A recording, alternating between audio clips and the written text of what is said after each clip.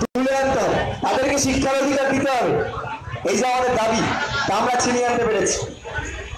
আমরা দেখেছি আমাদের 3 দিন অবস্থান করতে হয়েছিল, 3 দিন অবস্থানের মাথায় কর্তৃপক্ষ পিছিয়ে উঠেছে, এরা মেরিট লিস্ট পাবলিশ করেছে।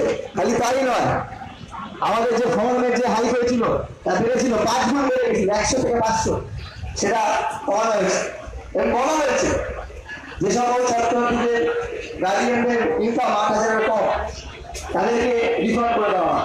তো এই জয় বিশাল বড় জয়, ছাত্র আন্দোলনের জয়। অবশ্যই এই আন্দোলনের উল্লেখযোগ্য ভূমিকা পালন করে ভারতের ছাত্র ফেডারেশন, তার সঙ্গে যুক্ত হয় অন্যান্য ছাত্র সংগঠন মঞ্চ, এবং এই আন্দোলন একটি ঐক্যবদ্ধ আন্দোলনের রূপান্তরিত হয়। এই কিছুদিন আগে আপনারা দেখেছেন যাদবপুর বিশ্ববিদ্যালয়, কলকাতা মেডিকেল কলেজ, সমস্ত জায়গায় টালমাটাল অবস্থা, ছাত্রছাত্রীরা লড়াই করছে, হাল ছাড়ছে না। এটা বলা ভুল যে পশ্চিমবাংলার ছাত্রছাত্রীরা কিছু হয়ে গেছে, কিছু হটেনি। কেন্দ্রের মোদী আর বাংলার মমতা উভয়ের বিরুদ্ধে ছাত্র লড়াই করছে, এবং ছাত্রছাত্রীরা তাদের নিত্য প্রয়োজনীয় দাবি নিয়ে লড়াই করছে, হস্টেলের দাবি নিয়ে লড়াই করছে, কোথাও ক্যান্টিনের দাবি নিয়ে লড়াই করছে, কোথাও ফিস কমানো হয় এই দাবি নিয়ে লড়াই করছে।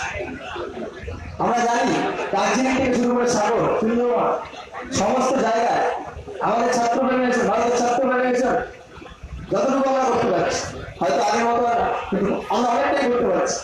নতুন নতুন মুখ উঠে আসছে, তারা আমাদের পতাকা ধরছে, আমাদের আন্দোলনের সঙ্গে যুক্ত হচ্ছে, যে দাবি দেওয়া নিয়ে আমরা লড়াই করছি, তাদের দাবি দেওয়া আমরা তাদেরকে বোঝাতে পারছি যে হ্যাঁ, আজকে যদি না আসো তাহলে আগামী দিনে যে দিনটা আসবে তখন আর লড়াই থাকবে না।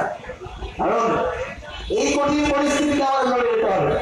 আজকে এখানে শ্রমিকরা লড়াই করছে, আগে কুন্ডিস জানাচ্ছি, আমরা লাল সালাম জানাচ্ছি যে এই লড়াই যারা করছেন, এই লড়াই আগামী দিনে বিশাল আন্দোলনে রূপান্তরিত হবে। এবং এইখানে মমতা ব্যানার্জি, মমতা ব্যানার্জি আর ওখানে মোদী দুজনকে রাস্তা দেবে। এই লাল পতাকা, এই শ্রমিকের লাল পতাকা একদিন দিল্লির রাজপথ থেকে শুরু করে পশ্চিমবাংলার সমস্ত জায়গায় দেশ জুড়ে এই পতাকা সাধারণ মানুষকে ঐক্যবদ্ধ করবে। আমরা দেখেছি যেভাবে এআইকেএসের সেই জুলুস, সেই মিছিল, আমরা আশাবাদী পশ্চিমবাংলায় এর থেকে বড় মিছিল হবে। এবং আগামী দিনে এই মোদী মমতা সরকারকে উৎখাত করার পিছনে আমাদের বামপন্থী আন্দোলন গুরুতর ভূমিকা পালন করবে। আমাদের জানেন মূল একটা দাবি আমাদের এই মুহূর্তে রয়েছে, এই কাউন্সিল ইউনিয়ন চাই। আমাদের শরীর কমরেড সুদীপ্ত গুপ্ত, তাকে খুন হতে হয়েছিল এই অধিকারের লড়াইতে, এই ইউনিয়নের অধিকার লড়াইতে। এই ইউনিয়ন কোন তৃণমূলের কাজ হওয়ার ইউনিয়ন না, এই ইউনিয়ন নকশাবাড়ি ইউনিয়ন, এই ইউনিয়ন ভিক্টোরিয়া কলেজের ইউনিয়ন, যারা ছাত্রদের ভর্তি করার জন্য সুবিধা করে তারা টাকা দেয় না। আমরা আশাবাদী আগামী দিনে এই তৃণমূল সরকার তারা ভাবছে ও টাকা খাইয়ে দিলাম, একটু মজা দিয়ে দিলাম, তারা হয়তো ছাত্রছাত্রীরা চুপ করে যাবে।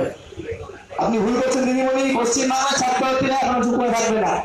পশ্চিমবাংলার ছাত্রছাত্রীরা 15 ফেব্রুয়ারি রাজভবন অভিযান করেছে, এবং দরকার বললে এবং অনেক অভিযান হবে। দরকার বললে আমরা আমাদের যে আমাদের অধিকার আছে, অধিকার আমরা বুঝে নেব। এখানে যে কর্মসূচি চলছে সেই কর্মসূচিকে আশা করবো সফল হবে, এবং আমরা সকলে মিলে এখানে থাকবো। আগামী দিনে আমাদের যে স্বাধীনতা দিবস আসছে আগামীকাল, সেই স্বাধীনতা কতটা আমরা স্বাধীনতা হয়েছি বা হয়নি সেটার থেকে বড় কথা আমাদের সংবিধান, আমাদের যে দেশের আদর্শ, সেই আদর্শটাকে মাথায় রেখে সবাই স্বাধীনতা দিবস পালন করবে। এবং এই বলে বক্তব্য শেষ করছি।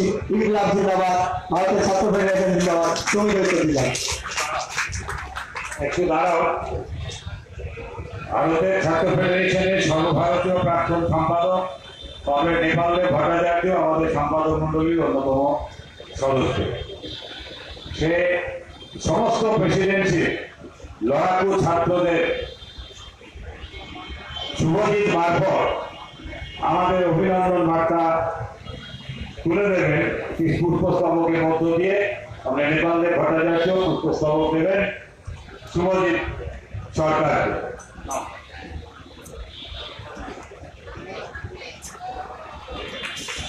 আমি সিআইটিউ সম্পাদক মন্ডলীর সদস্য বটেই, কিন্তু এখন আমার মনটা এসেছে যে পুরোনো রূপে আমি ছাত্রদের ছাত্র নেতা হিসেবে তুলে নিচ্ছি। এই তরুণীরা কিছু তুলে ধরলে ছাত্রদের সম্পাদক হয়।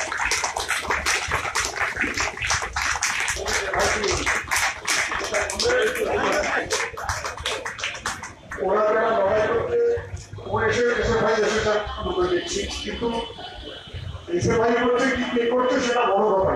বড় কথা হচ্ছে ন্যায্য দাবিতে মরণপণ লড়াই। আজকের তারিখে সেটা হতে জরুরি। দুটো কথা, ন্যায্য দাবি মরণপণ লড়াই, ঠিক না? ন্যায্য দাবি বলেন না, ন্যায্য দাবি আর মরণপণ লড়াই। ছোটদের কাছ থেকে আমাদের শেখার আছে, ওদের কাছ থেকে শিখতে হবে। এই লড়াই হবে এবং যত জায়গায় এই লড়াই হবে সব রবীন্দ্রনাথ সমুদ্রে এসে একদিন পবিত্র গণ আন্দোলনের সমুদ্রে ওদের সঙ্গে আমাদের আবার দেখা হবে। আমাদের বয়স হচ্ছে, শ্রমিক আন্দোলন করি, ওর বয়স কম, ছাত্র, কিন্তু যেখানেই যাও দেখা হবে উত্তর গণ আন্দোলনের সমুদ্রে।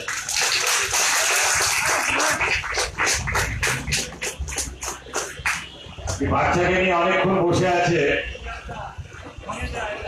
আবৃত্তিকার আমাদের মধুমিতা